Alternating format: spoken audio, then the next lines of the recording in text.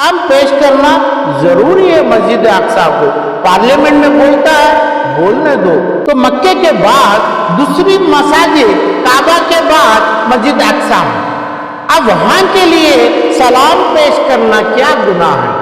असदुद्दीन ओवैसी जो आज बताए और जो बोले सही बोला। असदुद्दीन के भाई जो अपने हैदराबाद में कई लाख हजार सौ बच्चों को थोड़ा भी मदद कर रहे हैं, यतीमों को और फलां को सलाम है मेरा आलम पाशा का। बेशक आलम पाशा पहले उठाए थे, तो मेरे पास chief minister, honourable chief minister और कर्नाटक के अपने डीसीपी साहब है जो अभी वो दर्शन को पकड़ा है, दर्शन को जो पकड़े डीसीपी गिरीश जो भी, उन्होंने बुला के बता दिए कि भाई आप नहीं करने का। कई लोग मुझे लिखते हैं, कोई लोग मुझे कमेंट करते हैं, आप इल्म के ऊपर तवज्जो दीजिए, आप हॉस्पिटल के ऊपर तवज्जो दीजिए, आपकी मेहनत बेकार हो रही है, आप इसमें करिए। तो ये मुझे कमेंट्स में आते कई सौ आते, इसका जवाब भी दिया हूं, मैं आपको भी देता हूं। तो इस अंदाज में जो कर्नाटका के जितना हार्ड प्रॉपर्टीज है मेरे बुजुर्गों के, आपके बुजुर्गों के, ये इनके कब्जा रखा, ये कब्जा मारा। ये कब्जा छुड़ाने के लिए कोई एमएलए, कोई एमपी, कोई मंत्री आज तक सवाल नहीं करा, तो इन्होंने लॉ मेकर्स नहीं, लॉ डिस्ट्रॉयर्स बने हैं। जी फरमाइए सर। असदुद्दीन ओवैसी की जानिब से पार्लियामेंट में जय फलस्तीन का एक नारा लगा है, इस पर लोगों की कई राय आ रही है, इस पर आपकी क्या राय है? जनाब असदुद्दीन ओवैसी साहब को मेरे तरफ से मुबारकबाद है, जो सही लगाए नहीं। फालस्तीन मस्जिद अक्सा का हमारी निशानी है, तो इसमें क्यों कौन भी बोलेगा, क्या बोले? देखो अभी इसमें इंडिया का एम्बेसी को बुला लिए क्या, एम्बेसिडर को वहां को खत्म किए क्या? नहीं। तो मक्का में, मक्के के लिए जब आके हर प्राइम मिनिस्टर, हर हिंदुस्तान के होम मिनिस्टर तक करते हैं, तो मक्के के बाद दूसरी मसाजिद काबा के बाद मस्जिद अक्सा है। अब वहां के लिए सलाम पेश करना क्या गुनाह है? किसको किए?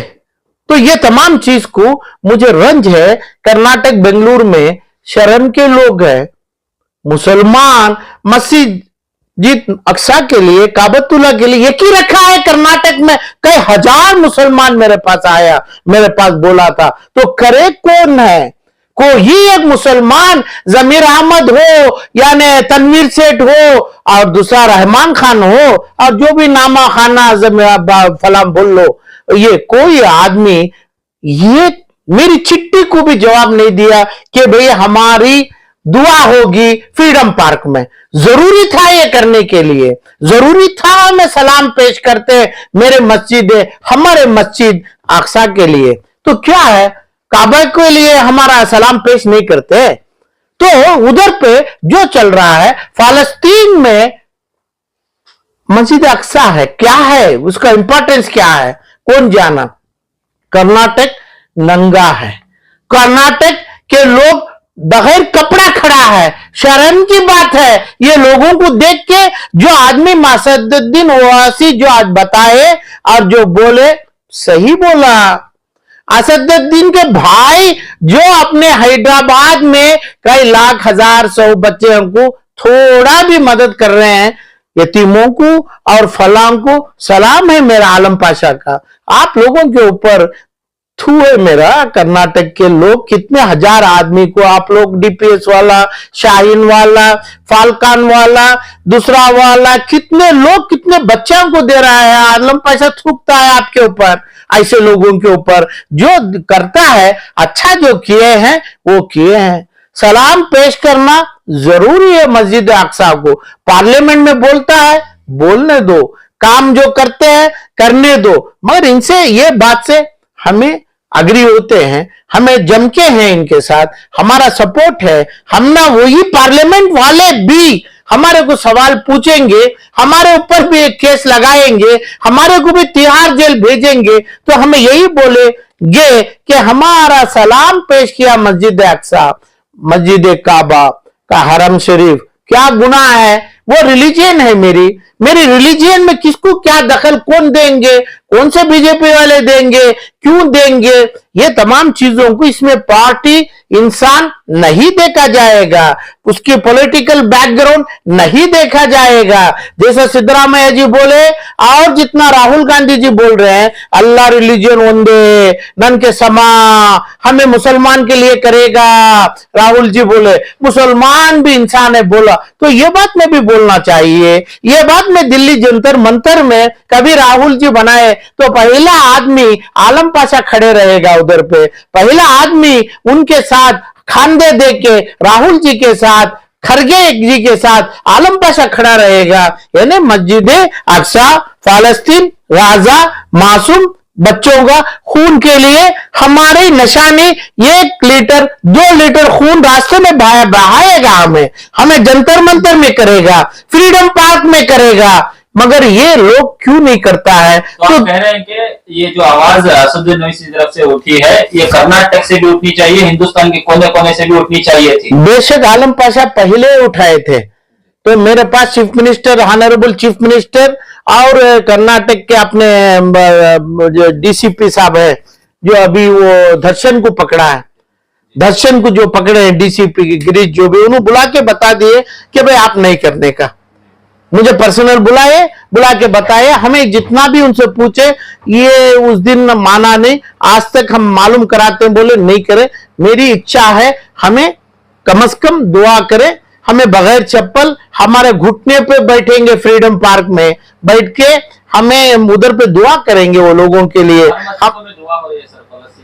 फलस्तीन छपके करेंगे नहीं भाई, आप लोग छपके क्या करते हैं, कहां से करते हैं। हर मस्जिद में दुआ के साथ चद्दर पकड़ा जाता है, चद्दर क्या मकसद से करते हैं वो नहीं, चद्दर में क्या चीज जाती है, हमें किसको पूछा जाएगा। तो ये चाहिए जैसा पब्लिक हुआ, जैसा असदुद्दीन ओवैसी साहब बताया उधर पे, ऐसा पब्लिक में बताना था, पब्लिक में एजुकेशन करना था। मगर ये भी था जैसे काम अच्छे काम है तो सिर्फ इस्लाम में दाखिल होते हैं, इस्लाम में अच्छा काम ज्यादा लिखा है, ज्यादा अमल करते हैं। तो यही काम जो कर्नाटक के असली मदरसों में, स्कूलों में ना, जैसा असदुद्दीन का भाई जो पढ़ाया है, मेरे को पता नहीं बोला जाता है, ऐसी चीज कर्नाटक में भी होना चाहिए, करना था। नहीं तो शर्म से अपने कपड़े से अपनी सूरत छपाना है, जितने स्कूल हैं डीपीएस से लेकर दूसरे तमाम। और ये बात के ऊपर जो पार्लियामेंट में बोला गया उसके साथ हम खड़ेंगे। बहुत सारे मुसलमानों के एमएलए भी हैं सर, उनकी कॉन्स्टिट्यूंसी में बहुत सारे मुसलमान गरीब बच्चे हैं जो पढ़ना चाहते हैं, उनकी ताकत नहीं है पढ़ने की। ये सिर्फ क्या थोड़े लीडरों के ऊपर जाता है या बात पूरे एमएलए के ऊपर भी? नहीं, एमएलए का काम क्या है, नहीं जो भी हो तंजीम में पढ़ाते हैं और हाफी करते हैं। अल्लामीन जो कॉलेज है अपनी अपनी लाल बाग की, जिसकी कीमत 100 करोड़ रुपए एकड़ है, इसमें 5-8 एकड़ बैठे, उसमें खुद फ्री नहीं पढ़ा रहे हैं, जिसमें 2000 से 20,000 रुपए अभी पगार दे रहे हैं, यानी रेंट दे रहे हैं, उसमें खुद फ्री नहीं पढ़ाया जा रहा है। तो कहां है मुसलमान, कहां है तंजीम, कहां है एमएलए, कहां है सवाल। कई लोग मुझे लिखते हैं, कोई लोग मुझे कमेंट करते हैं, आप इल्म के ऊपर तवज्जो दीजिए, आप हॉस्पिटल के ऊपर तवज्जो दीजिए, आपकी मेहनत बेकार हो रही है, आप इसमें करिए। तो ये मुझे कमेंट्स में आते हैं, कई 100 आते हैं, इसका जवाब भी दिया हूं, मैं आपको भी देता हूं। जो आप एक मेरी 2 आंख है तो आप दबा लिए और मेरा कान काट दिए, मेरी हवा सांस रोक दिए, तो मैं क्या करूं।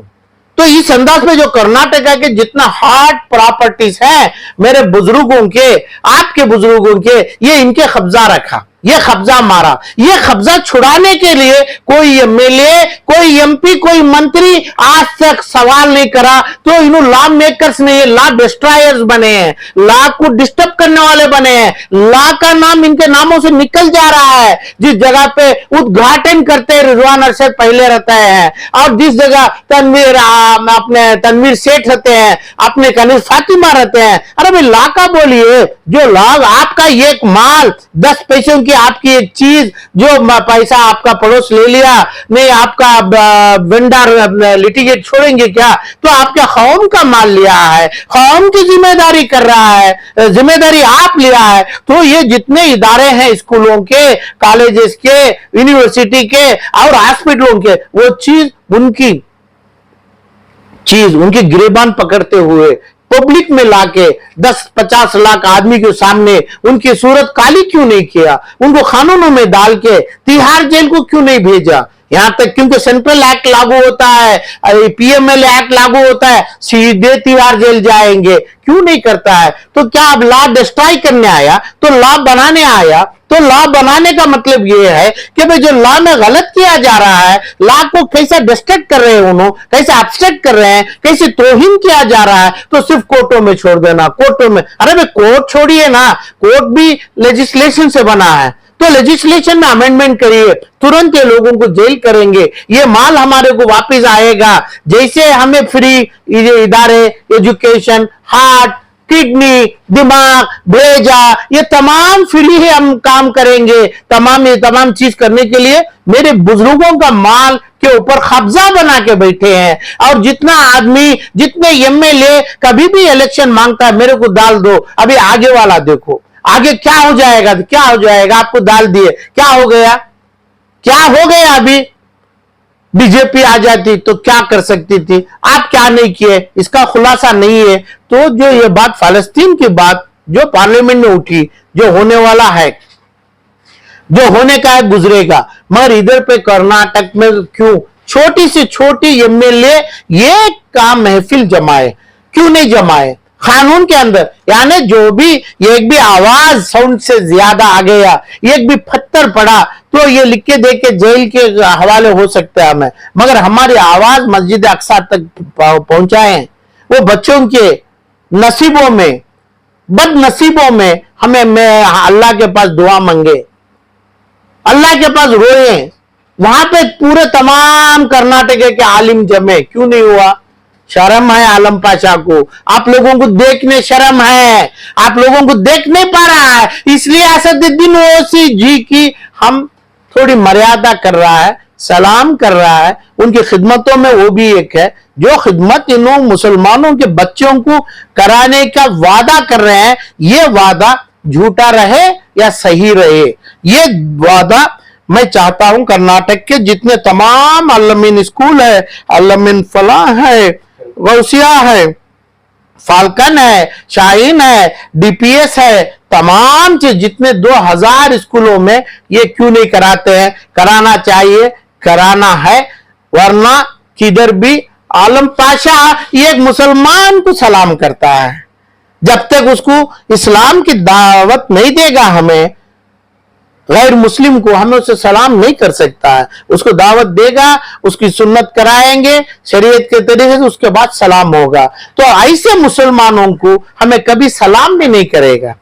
जो मुसलमान के नाम से हम सलाम नहीं करेगा, जो गैर कौमों से पेश होगा आलम पाशा, वही होगा, वही सैला होगा, यही हमें सुलूक करेगा। क्योंकि मेरे मसाजिद अक्सा के ऊपर दुआ, वो बच्चे जो कुर्बान दे रहे हैं, कुर्बान जा रहे हैं, तो औरतों को घरों में छोड़ के, घरों में बूढ़े कुत्तों को काटने रखता है, लोग देखता है, विदेश देखता है, अरब देखता है, तो दुबई देखता है, कतर देखता है, क्या करता है? तो अल्लाह एक है, ये लोग कतर से अरब तक मुझे हिसाब नहीं है, मगर अल्लाह एक है। अल्लाह को हम राजी करेंगे तो अल्लाह के घरों के ऊपर, अल्लाह के मखलूक के ऊपर हमें सलाम पेश करना है, हमें ये लोगों के ऊपर रहम करना है, अल्लाह के पास दावा करना है। सबकी जिंदगी दूसरों की जो दिया गया, आज बैंगलोर में जो मस्ती में है, मस्ती करते हैं, अपने दौलतों के ऊपर मस्ती करते हैं, इसका एक भी टुकड़ा ऐसे बच्चों को, मासूमों को, यतीमों को मिलने की कोशिश में हमें दुआ करेंगे। मगर मुझे यह लग रहा है जितने लोग यतीम बना है, यतीम होने वाले हैं, उनकी जायदाद के ऊपर साम बन के उनकी जायदाद हिड़पने के लिए जो लोग बैठे हैं, उनसे ही यह सुलूक करेगा आलम पाशा, जो सुलूक अभी बताया गया। अस्सलाम वालेकुम।